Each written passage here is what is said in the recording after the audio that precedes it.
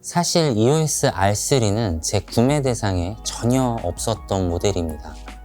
성향상 이렇게 왕덱스 스타일이라고 할까요? 즉 세로 그립 일체형을 별로 좋아하지도 않을 뿐더러 트렌디에 역행한 크기, 그리고 사진보다는 영상 비중이 많은 저였기 때문에 아예 관심 방 모델이었습니다.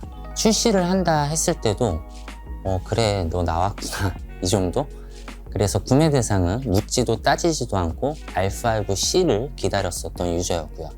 그런데 캐논의 바디에 조금 실망을 한 경험이 있어서 이번에는 조심스럽게 직접 만져보고 결정을 하고자 R5C 출시 이후 구경도 할 겸 코엑스의 한 전시장을 찾았었는데요.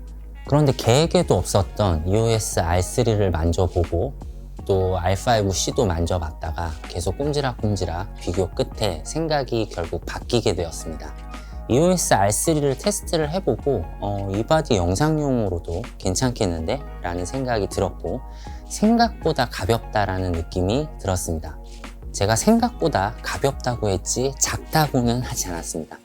캐논에서 영상을 미러리스 또는 작은 바디를 찾는다면 물론 R5C가 영상 특화 바디이기 때문에 제가 개인적으로 좋아하는 와이드 DR 탑재와 컴팩트한 크기, 그리고 사진도 고품질인 충분히 구매할 만한 바디였던 건 맞지만 생각보다 개인적으로 느꼈을 때 조금 답답한 인터페이스와 반응 속도, 그리고 이상하게 저는 장비가 원래 컸으면 컸지 기존 장비에 뭘 주렁주렁 다는 걸 별로 안 좋아하는 스타일입니다. 예를 들어 차도 튜닝하는 거 별로 안 좋아하고 그냥 고유 그대로 타는 걸 좋아하는데요. 어떤 스타일인지 아시겠죠?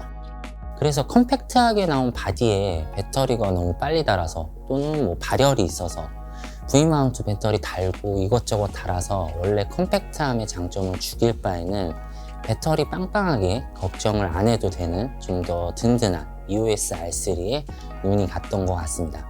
제가 경험해본 캐논 미러리스 중에는 EOS R3가 AF는 제일 좋다고 느꼈고요. 오리지널 1인으로 움직여야 하는 저 같은 경우에는 AF를 믿고 촬영할 수 있다는 것도 굉장히 피로를 줄여주는 요소이기도 하고요.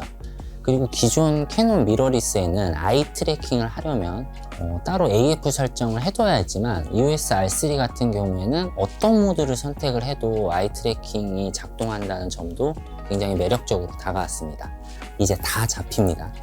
그래서 스피드 또는 포착을 중요하게 생각하는 저로서는 조금 큰 체격을 감안하고서라도 영입을 하게 되었고요. 그리고 EF 렌즈와의 AF 궁합도 궁금했었는데요. 출시된 지 10년이 넘은 사무방을 마운트해서 짐벌에 한번 달아봤습니다. 역시 무게는 묵직하고요. 힘 좋으신 분들은 모르겠는데 저는 앞으로도 R3를 짐벌에 달아서 사용을 할 것 같지는 않습니다. 어찌됐든 항상 느끼는 거지만 가지고 싶은 장비와 필요한 장비는 다르다는 걸 다시 한번 느꼈습니다. 매번 가지고 싶은 장비를 포기하고 일에 필요한 장비로 가고 있는데 사실 6K 로우도 저에게는 너무 무거워서 많이 사용하지 않고 있고 4K 좀 펑펑 배터리나 발열 걱정 없이 쓰고 싶은 마음이 컸기 때문에 그런 면에서는 충분히 저에게는 가치가 있는 카메라가 되었습니다. 물론 4K 영상을 펑펑 쓰기 위해서 EOS R3의 선택만 있는 건 아닙니다. 캠코더 라인도 있고 시네마 카메라 라인도 있기는 있지만 영상보다 비중이 적은 거지 사진을 또 아예 안 찍을 수는 없기 때문에 두 마리 토끼를 위해서 결국 조금 크기와 타협을 봐야 했고요. 캐논 최초의 30분 제한이 사라진 카메라여서 시간 상관없이 마음껏 촬영을 할 수가 있고 발열 또한 4K 24프레임이나 30프레임에서는 보기와 같이 1시간이 넘어도 발열 경고조차 뜨지 않아서 더 이상의 테스트는 무의미할 것 같고요.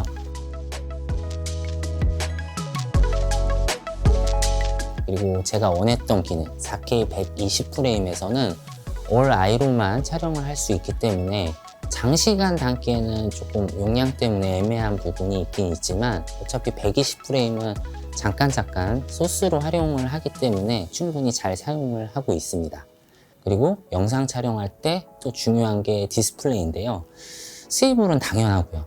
제가 R5, R6에게 느꼈었던 점은 왜 캐논의 최초 미러리스 카메라인 EOS R보다도 후속작들이 디스플레이적인 면에서 왜 다운그레이드가 됐을까 이런 불만이 있었는데, 이번 R3는 전체 바디 크기에 맞는 밸런스 잡힌 크기, 또 성능 또한 마음에 들었습니다.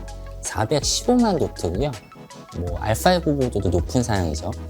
물론 외장 모니터로 확인하며 촬영하는 순간들도 있겠지만, 그 외의 순간에서는 이 EOS R3 모니터는 굉장히 촬영이 유용하다고 할 수 있겠습니다.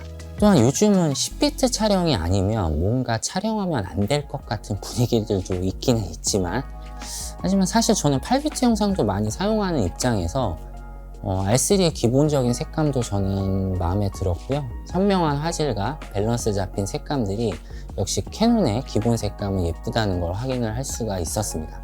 그리고 C-Log 3 10비트 영상도 당연 탑재가 되어 있어서 조금 더 깊은 컬러 그레이딩으로 영상을 표현할 수도 있습니다. 그 밖에도 영상 촬영 시 필요한 웨이브폼 등을 상황에 맞게 설정할 수 있고요. 렌즈 초점거리 등도 표시할 수가 있어서 촬영에 유용한 기능들이 대거 탑재되었습니다. 이 부분은 요즘 나온 R7도 있는 것 같더라고요. 제가 R7을 사용을 하지 못해 봐서. 그리고 고화소 바디를 선호하시는 분들은 당연 EOS R3에 관심이 없으시겠지만, 또 2450만 화소의 EOS R3는 저조드 상황에서도 따로 리덕션 필요 없이 활용도가 높은 부분 또한 영상 촬영에 있어서 장점이라고 말할 수가 있습니다. 이렇게 R3를 사용한 지 한 8개월 정도가 되었는데요. 꼭 촬영 나갈 때는 전투 나가는 느낌이 들기는 들지만 그립감이 굉장히 좋습니다. 이런 카메라 리뷰들을 보면 되게 신작들은 그립감이 많이 향상되었다고 말씀들 많이 하시잖아요. 근데 EOS R3는 진짜 그립감은 최고입니다. 그리고 사진기여서 그런지 딱 잡으면 사진 찍고 싶어지는 느낌의 바디이기도 하고요. 이렇게 사진기로서 알려진 EOS R3를 영상기기 관점에서 봤을 때도 굉장히 안정감이 있고 오래 쓸 수 있는 바디라고 생각을 합니다. EOS R3 같은 경우는 또 앞으로 어떻게 될지 모르겠지만, 개인적으로 새로운 바디를 영입을 하더라도 보내지 않고 두고두고 간직하고 싶은 바디라고 느꼈고요. 그런데 여러분들께는 마냥 추천드리기도 애매해서요. 솔직히 이 금액대는 선택사항은 많고요. 특히 영상 기기로서는. 그리고 R3가 가격이 또 올랐더라고요. 공식 홈페이지에도 이제 오른 가격으로 형성이 되어 있어서 R3 유저로서 그런 부분들이 기기값이 떨어지지 않고 있어서 나쁘지는 않지만 딱 추천드리기에는 좀 애매해진 부분도 없지 않아 있습니다. 그런데 어차피 영상이나 사진 기기들은 사용 유저의 어떤 그 끌리는 느낌, 그게 제일 중요하기 때문에 R3를 영상 기기로 생각하시는 분들께는 별로 나쁜 이야기는 드릴 건 없는 것 같습니다. 의외로 크기 이외에는 왠지 이런 감성을 풍기는 기기가 앞으로는 조금 덜 나오지 않을까, 약간 DSLR 느낌도 있고. 제가 R3를 사용하면서 느낀 점은 여기까지고요. 또 새로운 내용으로 찾아오겠습니다. 감사합니다.